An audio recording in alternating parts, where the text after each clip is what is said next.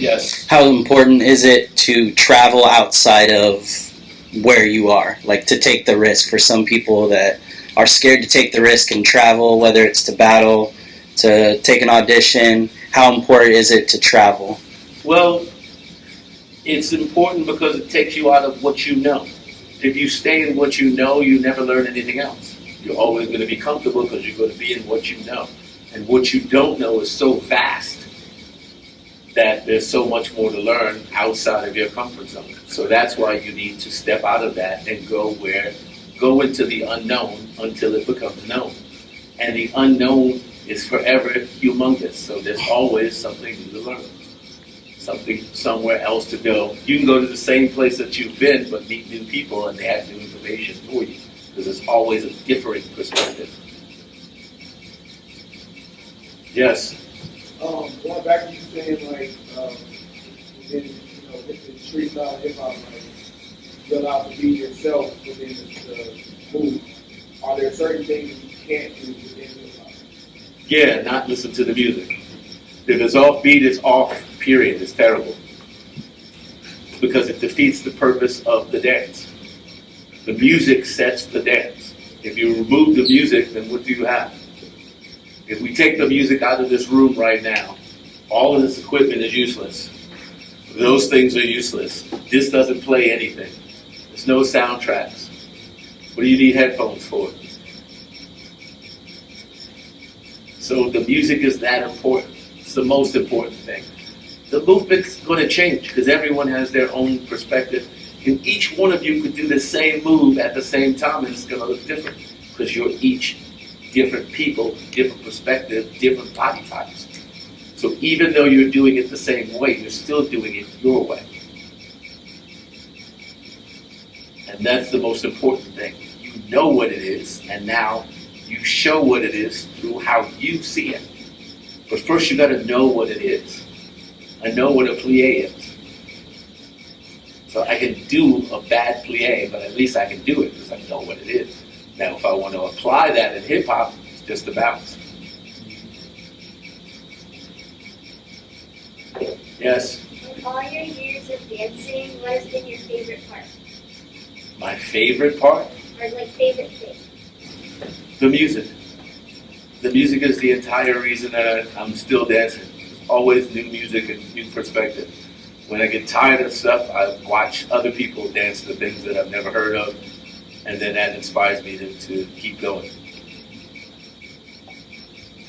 Is there a perspective that you can give choreo dancers and freestylers to venture into each other's world? Yeah, it's called dance, guys. Stop separating it. I don't know where that came from because our generation, we did choreography and we freestyle. Our choreography came out of our freestyle. It's just like, yo, that was dope. Do that again. Okay, let's 5, 6, 7, 8 it. 1, 2, oh, okay, do it again. Ooh, that was dope too. Add that to that. Okay, now we got 2 8 counts. Keep going. So one feeds the other. It's the same thing. It's a coin.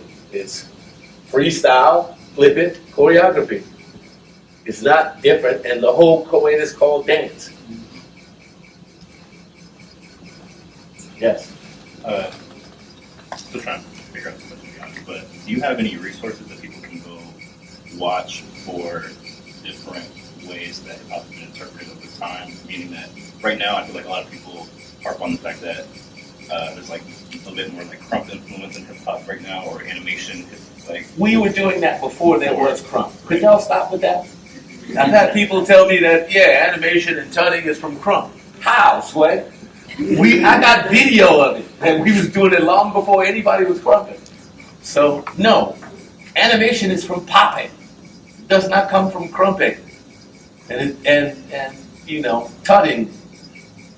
I feel like it's more like the techniques that are outside of what is definitely known as like hip hop majorly. First of all, what are those techniques? Because I'm tired of people telling me what the technique is, and then I'll pull up a video, and I was doing it before you knew it was a technique. But you telling me what the technique is? We've been doing tutting forever. Tutting comes from popping. I started with tutting. 1982. Do the math. Okay? So those techniques do not come from crump. They do not even come from hip hop. They come from popping. Now, the application of it, we did it first in hip hop. That's how crump got it. We were doing tutting and boxes and everything and combining it with waving and isolation. I have the video. I specialized in that. Like, stop. I love crump, but stop telling me that y'all did it first. Y'all was watching. With that, I feel like there was a conversation maybe like a month ago, like on Instagram, about the integration of styles that come like from hip hop culture, but are kind of like their own thing right now, being integrated into battles that are specifically labeled like hip hop freestyle. Do you have thoughts on that? That's the point of freestyle. You can draw from different things and put them together in the context of hip hop. Again, tutting. When they were originally tutting, they were just doing outer tuts, and then they created boxes. We took the boxes and started flipping them and putting them with the groove and with, top rock. That's what hip hop. That application comes from hip hop. That's why it's called freestyle. Take what's there, add it to what you're doing, to the beat. It's that simple. Boom! He showed you the video. It's 1992. So yeah, that's why it's called freestyle. You're free to add to your style and do it off the top of your head, not sets of choreography. If you do the same sets, then every battle, somebody knows what you're going to do. They might do it before you do it. Then what you going to do? I've seen that in b-boy battles. That's why b-boys get called out on their sets. Yes. Why do you think that not all, but some people of the two, choreography and freestyle, why do you think they have separated it versus the other? Because they never learned how to dance. Simple. They never took the time to actually become a part of the culture. They just took what they saw and ran with it and got comfortable with what they were doing. Yeah. That's why I keep saying, I know you've seen the videos, y'all generation don't know how to party. Because that's where that happens. If you went to a party, you're going to dance with people that you don't normally dance with or see. You're going to experience new things, and that's going to change the way that you move. But if you don't do that and you just watch videos, you're just going to copy what you see in the video. A two-dimensional image of a five-dimensional thing. And when I say five-dimensional, you have length, height, width, time, and the most important, love. You can't get those last two from a two-dimensional image. And that's what happens. You need the interaction. Social media is a nice interaction without actually meeting someone. But the original social media, the original social element is the party. It's where you meet people and you exchange ideas and information. That can't happen from watching a video. You're getting a piece of something larger. And so that's what's missing. You've had people growing up and they see and they got comfortable because it looks and feels good, but they didn't have to really work for it. And then when they get in a place where they have to work for it, it's uncomfortable. And I can't freestyle. Or I don't do choreography. I can only freestyle. No, it's called dance.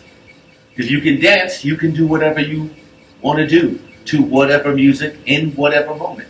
But if you put yourself in that box, then you're stuck in that box. I'm a choreographer, or I do choreography. Really? Whose choreography? Okay? Because choreography is someone's perspective that you're showing, repeating. Whereas, and freestyles, yeah, I can freestyle, that's nice, but how do you dance with someone? How do you perform with someone if you can't remember what to do with them? We didn't even call it choreography at first, we called it routines. Yo, we got routines, yo, they got bad routines, yo, I got routines too, let's go. That's choreography. And all it is remembering steps and doing them together in unison. It's not that difficult. That's why you need to practice and stop training. Last question. Yes. when you're watching or judging a battle, of course, like the element of like seeing someone's like uniqueness is key. But what's going through your mind when you're watching someone that's dope? Like what's making you be like, oh man, they're killing it. Well, first, please stop killing it. Okay? Please stop using that word. You don't want to kill the beat. You don't want to kill the style. You don't want to kill anything. Why would you kill what gives us life? Why would you want to be a murderer? Like, can we get out of the murder mentality? When somebody's rocking it, what moves me is when you become the music. When you make me watch the music and stop listening to it. Because that's what the dance is. A three-dimensional version of what music feels like.